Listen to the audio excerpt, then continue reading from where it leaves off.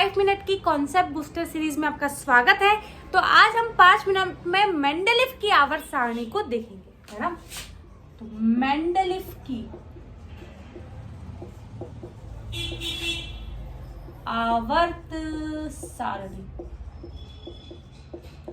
है ना। तो भाई मेंडलीव जो है, जब ये प्रयोग कर रहे थे तब 63 तत्व ज्ञात थे।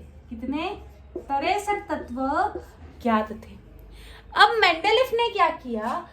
मेंडलीव ने इन तत्वों की रिएक्शन करवाई ऑक्सीजन से और हाइड्रोजन से। क्यों? क्योंकि उस समय जो भी तत्व थे वो ऑक्सीजन और हाइड्रोजन के प्रति अच्छे से रिएक्ट कर रहे थे, तो इससे उनको उनके रासायनिक गुण आसानी से मालूम होते। फिर इन 63 तत्वों के जो भी इन्होंने गुण निकाले, रासायनिक गुण, भौतिक गुण, इन गुणों को इन्होंने 63 कार्ड पे लिखा। हर एक तत्व के गुण हर एक कार्ड पे लिखे। टोटल 63 कार्ड हुए। अब इन्होंने क्या किया? जिन जिन तत्वों के गुण एक जैसे थे उनको एक साथ रखा। जैसे मान लो सब साबुन है, तो आप सब साबुनों को एक साथ रखोगे। मान लो सब तेल है तो सारे तेलों को एक साथ रखोगे। ऐसे ही करते हो ना आप, कहीं भी जमाते हो तो।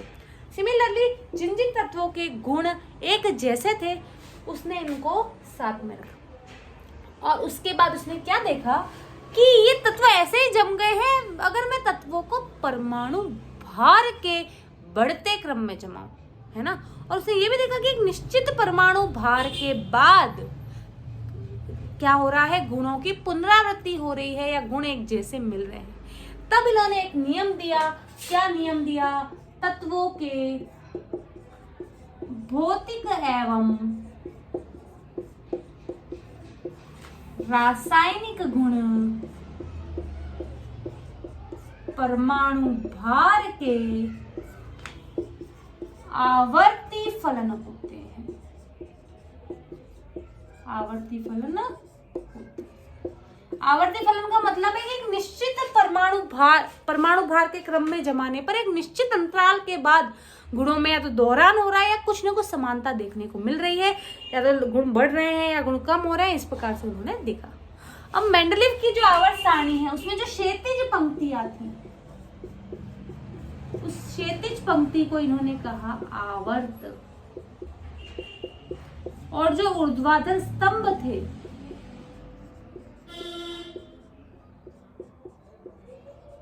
उन्हें कहा इन्होंने वर्ग या समूह। अगर मेंडलीव की आवर्त सारणी की बात करें तो इसमें 7 आवर्त थे, कहीं कहीं 12 भी दे रखा है। ठीक है, आपके एनसीईआरटी 10th में 6 आवर्त दे रखे हैं, उसमें चौथा, पांचवा और छठा आवर्त 2 2 2 है। ठीक है, समूह की बात करें तो 8 समूह है। इसमें जो फर्स्ट से लेके 7वां आवर्त है वो 2 भागों में ए बी ऐसे बटा हुआ है। ठीक है, 8वें आवर्त में टोटल 9 तत्व है। अब मेंडलीव की आवर्त सारणी की विशेषता क्या थी कि उस समय 63 तत्व ज्ञात थे और हर तत्वों को मेंडलीव की आवर्त सारणी में स्थान मिल गया। तो बहुत बड़ी अचीवमेंट थी। सोचो कि उस टाइम जितने भी एलिमेंट हैं उन सभी एलिमेंट का उसने क्या किया था? प्रॉपरली डिस्ट्रीब्यूशन कर दिया था, या वर्गीकरण कर दिया था। डिस्ट्रीब्यूशन गलत वर्ड होगा, प्रॉपरली उन्हें जमा दिया था इसने, बेसिकली ये कह सकते। ठीक है, दूसरी बात, मेंडलीव ने अपनी आवर्त सारणी में जगह छोड़ी। उसे बोला कि हो सकता है न्यूलैंड ने खोज किया तब 56 तत्व थे, मैं खोज कर रहा हूं तब 63 तत्व हैं, हो सकता है आगे कोई और खोज करेगा तो और ज्यादा तत्व मिलेंगे। तो उसने अपनी आवर्त सारणी में जगह छोड़ी कि एल्यूमिनियम जैसा कोई और एक तत्व आएगा, उसका नाम उसने एक एल्यूमिनियम दिया, है ना।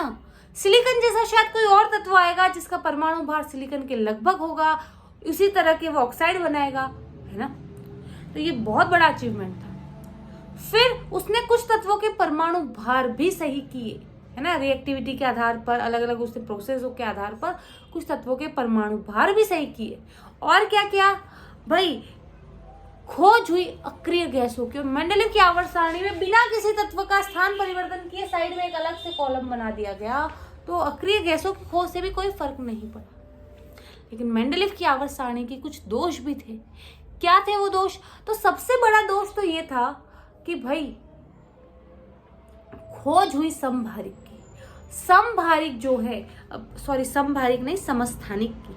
अब समस्थानिक जो है वो समस्थानिक बहुत सारे होते हैं। जैसे हाइड्रोजन के 3 समस्थानिक हैं, क्लोरीन के 2 समस्थानिक हैं, कार्बन के, नाइट्रोजन के, ऑक्सीजन के, मेनली ये 3 समस्थानिक हैं। समस्थानिक में क्या होता है, परमाणु भार डिफरेंट होता है और इसने परमाणु भार के आधार पर ही तो जमाया है। तो क्या हर तत्व को, जैसे कार्बन के 3 समस्थानिक मेन है, तो क्या उन तीनों को आवर्त सारणी में जगह देंगे? क्लोरीन के 2 समस्थानिक को जगह देंगे, हाइड्रोजन के 3 समस्थानिक को जगह देंगे? ऐसा करेंगे तो भाई घचीटा पचीटा हो जाएगा और हम जो चीज करना चाह रहे हैं प्रॉपर वर्गीकरण, वो नहीं हो पाएगा। तो ये मेंडलीव की आवर्त सारणी का सबसे बड़ा दोष था।